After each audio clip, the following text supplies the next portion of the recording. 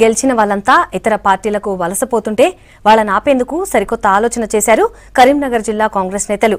కరీంనగర్ లోక్సభ పరిధిలోని MPTC, ZPTC ఎన్నికల్లో ఈసారి దీన్ని అమలు చేసేలాగా చర్యలు మొదలుపెట్టారు.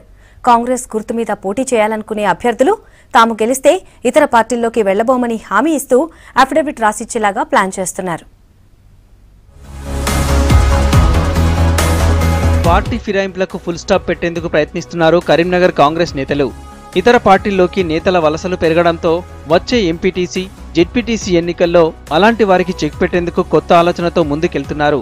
ఉమ్మడి జిల్లాలోనే చాలా మంది ప్రజాప్రతినిధులు కాంగ్రెస్ పార్టీ టికెట్పై గెలిచి ఆ తర్వాత టీఆర్ఎస్లో చేరారు. ఇది ఇలాగే కొనసాగితే పార్టీ ఉనికికే ప్రమాదం ఉందని తెలిసి సరికొత్త ప్రణాళికను రూపొందించారు.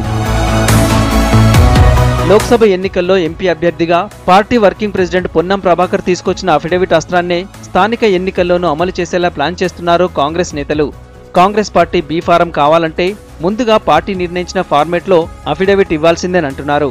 అఫిడవిట్ రాసిచ్చి ఎన్నికల్లో పోటీ చేయాలని కోరడం ద్వారా అసలైన కార్యకర్తలను మాత్రమే ఎన్నికల బరిలోకి దింపుతున్నామన్న సంకేతాన్ని ఇస్తున్నామన్నారు. మున్సిపల్ ఎన్నికల్లో పోటీ చేసే వారి నుంచి ఇదే తరహాలో అఫిడవిట్లు తీసుకుంటామంటున్నారు.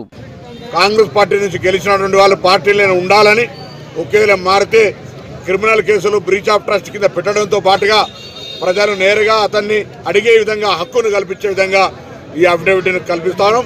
ఏ కార్యకర్తలు అయితే కష్టపడి గెలిపిస్తున్నారో వాళ్ళ అభిప్రాయానికి వ్యతిరేకంగా పార్టీ మారద్దు, మారితే ఆ బాధ్యతగా రాజీనామా చేసుకోవాలనేటువంటి డిమాండ్తో ఈ అఫిడవిట్ కార్యక్రమాన్ని జిల్లా లోపల ఆదర్శంగా తీసుకున్నాం. రేపు జరిగే పీసీసీ లోపల రాష్ట్ర వ్యాప్తంగా దీన్ని అమలు చేయాలనే మాట కూడా సందర్భంగా కోరుతాం. కాంగ్రెస్ తరపున పోటీ చేసేవారు తప్పనిసరిగా అఫిడవిట్ సమర్పించాలన్న నిబంధనను పార్టీ నేతలు కూడా సమర్థిస్తున్నారు. కాంగ్రెస్ టికెట్పై గెలిచి పార్టీ మారే ప్రజాప్రతినిధులపై లీగల్ చర్యలు తీసుకునే విధంగా అఫిడవిట్ను రాయించి సంతకాలు చేయిస్తున్నారు. ఇది కొంతలో కొంతైనా పార్టీ ఫిరాయింపులను ఆపుతుందని నేతలు భావిస్తున్నారు. నేడో రేపో ఎంపీటీసీ, జెడ్పీటీసీ నోటిఫికేషన్ వచ్చిన తర్వాత మా పార్టీ నుండి గెలిచిన అభ్యర్థులు ఎవరైనా ముందుగానే అఫిడవిట్ తీసుకుంటున్నాము. పార్టీ మారితే మేము చనిపోయినతో సమానం అని ముందుగానే అఫిడవిట్ తీసుకోవడం జరుగుతుంది. ఈ కార్యక్రమాన్ని పార్లమెంట్ సెగ్మెంట్ పరిధిలో అన్ని అసెంబ్లీ కాన్ఫరెన్స్లో చేయడం జరుగుతుంది. కరీంనగర్ జిల్లా భవిష్యత్తుకు సంబంధించి 2014 ఎన్నికల్లో 41 మంది టీఆర్ఎస్ సభ్యులు విజయం సాధించగా ఒకరు టీడీపీ, మరొకరు బీజేపీ సభ్యులు గెలుపొందారు. మిగతా 14 మందిలో కాంగ్రెస్ పార్టీ జెడ్పీ ఫ్లోర్ లీడర్గా ఉన్న చల్లా నారాయణరెడ్డితో సహా 6 జెడ్పీటీసీలు, 3 ఎంపీపీలు, అనేక మంది ఎంపీటీసీలు కాంగ్రెస్ను వీడి టీఆర్ఎస్లో చేరారు. కరీంనగర్ మున్సిపల్ కార్పొరేషన్ ఎన్నికల్లో కాంగ్రెస్ తరపున 14 మంది కార్పొరేటర్లు విజయం సాధించగా 9 మంది టీఆర్ఎస్లో చేరారు.